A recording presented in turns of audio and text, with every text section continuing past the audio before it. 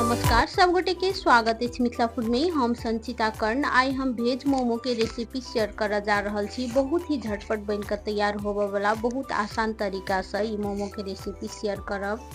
साथ ही टमाटर के सूप के रेसिपी सेहो शेयर करब ई वीडियो में, ते द्वारा लास्ट तक जरूर देखब।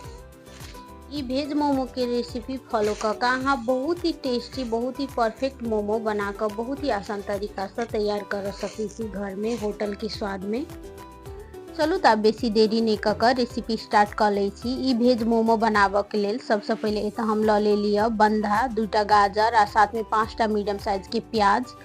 सबसे पहले बंधा के घस के निक जगह से पानी गार ले छी। पानी गारनाइ एत अनिवार्य है, नहीं तो मोमो में बेसी पानी पानी भ जाय छै एकर स्टफिंग में।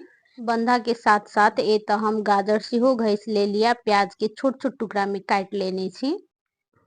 तरकारी सब रेडी कर लेला के बाद एत हम एकटा बर्तन में 3 पाव के लगभग मैदा रख लेलो हँ। तेमे आधा चम्मच से कनी कम नून रख ले लिया के हाथ से निक जगह से पहले मिक्स कर ले लिया। के बाद पानी रख के हम सान ले छी। ई मैदा के हम जेना नॉर्मली रोटी के लेल आटा बनाल जाय छै ओहिना हम नॉर्मल डो बना के तैयार कर ले लिया। ने बेसी गील छै ने बेसी कड़ा छै, के हम झाँप के साइड में छोड़ देलौं।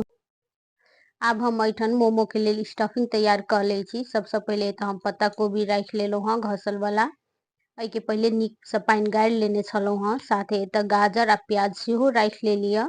एवरेस्ट के एत हम मोमो मसाला ल रहल छी, तो कोनो भी मोमो मसाला अहाँ रख सके छी, जरूरी नहीं छै इहे होबे के चाही। ते के बाद एमे हम रख ले लिया 1 चम्मच और कनिक नून। ऐठन हम आधा नींबू के रस गार कर रख लेलो हाँ स्टफिंग में। ये तो अजीना राखल जाय छै होटल सब में, लेकिन घर में बना रहल छी ते द्वारे हम कनी हेल्दी तरीका से बनेलिया। अब ऐठन हम एकटा पैन में 2 चम्मच रख ले लिए भर के बटर। बटर के जगह एत देसी घी भी रख सके छी, एमे मोमो बहुत टेस्टी बने छै। एत हम कनी लहसुन काट के रख ले लिया, साथे कनी हरियर मिर्चाई। मिर्चाई एत अहाँ अपन स्वाद अनुसार कम बेसी रख सके छी। ते के बाद के हम कनी 1 मिनट के लेल मात्रे पकेलो हाँ। अभी लहसुन मिर्चाई के रख ले छी हम स्टफिंग में, के बेसी लाल क के नहीं पकावे के छै, एकरा आधा मात्रे कुक केलो हाँ। स्टफिंग में निक जगह से कुक भ जाय छै। ते के बाद के निक जगह से हाथ से मिक्स कर ले छी। सबसे लास्ट में हम रख ले लिया तिमूर के पीसल वाला मसाला। के जगह एत मरीच के पाउडर भी रख सके छी, चाहू तो के स्किप भी कर सके छी, लेकिन रखला से बेसी टेस्टी होय छै।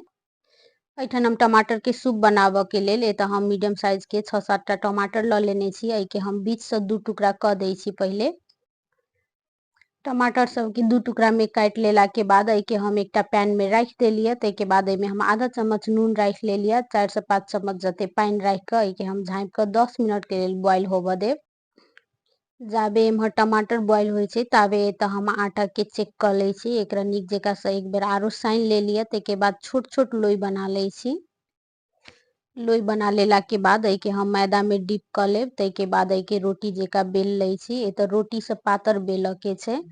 मोमो की रोटी जहिया भी पातर बेलब, जते पातर बेलबे ओते मोमो टेस्टी बने छै।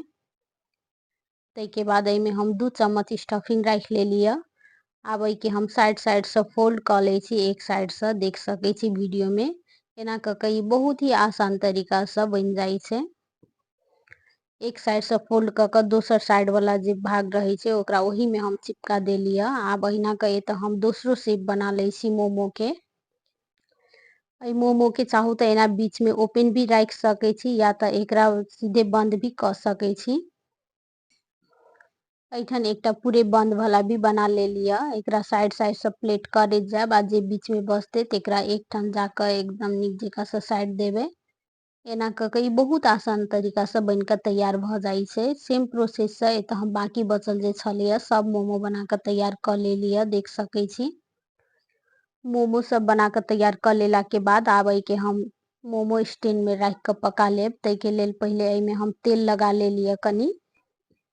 एना के मोमो स्टैंड में पहले हे तेल या घी लगा लेला से ई कुक भेला के बाद बहुत आसानी से निकल जाय छै, बर्तन में सटे नहीं छै। ते द्वारे एमे तेल अवश्य लगाब। ऐठन हम मोमो स्टैंड में सब मोमो सब रख लेलो हाँ, देख सके छी। ऐठन हम पहले से ध देने छलो हाँ पानी गरम होबे के लेल। ते के बाद ई मोमो सब रख के के ऊपर से रख ले लिया। अब के हम 20 मिनट के लेल कुक होबे देब। जाबे इम्हर मोमो पके छै ताबे एत हम टमाटर के सूप देख ले छी। ए त टमाटर हमर 10 मिनट के बाद पाइक क कनी ठंडा भ गेल छलैया। ताहिके बाद एकर हम ऊपर के छिलका सब निकालि लै छी। एना क के पाइक गेला के बाद ई टमाटर के ऊपर के छिलका बहुत आसानी से निकल जाय छै। टमाटर के ऊपर के छिलका निकाल के एके हम मिक्सी जार में राख के पीस लेलहुं हँ। ताहिके बाद एकटा पैन में राख लेलिए हम 2 चम्मच के लगभग तेल। तेल गरम भ गेला के बाद एमे हम राख लेलिए कनी लहसुन आ कनी हरियर मिरचाई, साथे एकटा मीडियम साइज के काटल वाला प्याज। एहि सब के चलैते हम कनी गोल्डन ब्राउन होबे तक भूज ले छी। प्याज भुजा गेला के बाद एमे हम राख लेलिए आधा चम्मच हल्दी पाउडर, आधा चम्मच मिर्ची पाउडर, आधा चम्मच जीरा धनिया मिक्स कैल वाला पाउडर, आधा चम्मच से कनी कम नून राख लेलहुं हँ। नून पहले हो टमाटर उसनैत काल हम रखने छलहुं हँ, ताहि दुआरे नून एत हम कमे रख लिया। आब एमे हम राख ले छी टमाटर जे पीस के रखने छलिए। मसाला के साथ चलैते टमाटर के 1 मिनट के लेल एत हम पका लेलिए। ताहिके बाद एमे हम राख ले छी पानी। पानी एत अहाँ अपन आवश्यकता अनुसार कम बेसी राख सकै छी। ताहिके बाद एमे हम 2 चम्मच राख लेलिए तिल। तिल के हम पहले हे भूज के पीस लेने छलहुं हँ। तिल के जगह एत मूंगफली के पाउडर भी राख सकै छी। साथ ही कनिक हम राख लेलिए मरीच के पाउडर आ आधा नेबो सेहो हम गाड़ के राख ले छी। इससे टेस्ट बहुत ही नीक आवे छै सूप में। आब एहि के हम चलैते नीक जकाँ से मिक्स क लेब आ 4 से 5 मिनट के लेल बरका लेब। 4 से 5 मिनट तक पकेला के बाद एत हम गैस ऑफ कर देलिए। एत टमाटर के सूप रेडी भ चुकल छै। आब हम मोमो के देख ले छी। 20 मिनट भ चुकल छै। एत मोमो के पकबैत देख सकै छी एकर कलर चेंज भ गेल छै, ट्रांसपेरेंट भ चुकल छै। आब ई मोमो सब के हम सर्व कर ले छी एकटा प्लेट में राख क। एत हम मोमो सब राख लेलिए। साथे एमे हम राख ले छी टमाटर के सूप जे हम बनेने छलहुं हँ। एना के टमाटर के सूप के साथ में सूप वाला मोमो बहुत ही टेस्टी बने छै आ साथे ही हेल्दी भी होय छै। एना के टमाटर के सूप दूसरो चीज साथे बना के खा सकै छी, बहुत टेस्टी बने छै ई। एत हमर मोमो सूप के साथ खाय के लेल रेडी भ चुकल छै। देख सकै छी मोमो देखते कते टेस्टी लाग रहल छै, खाय में ओहू से ज्यादा टेस्टी छला। यदि भेज मोमो के रेसिपी नीक लागल है तो वीडियो के लाइक करब आ हमर चैनल में पहले बेर आयल छी तो वीडियो के लाइक करब आ चैनल के सब्सक्राइब नहीं केने छी तो चैनल के सब्सक्राइब कर लेब। ई वीडियो लास्ट तक देखक लेल सब गोटे के बहुत बहुत धन्यवाद। आब हम फेर से भेटे छी दोसर वीडियो में दोसर रेसिपी के साथ।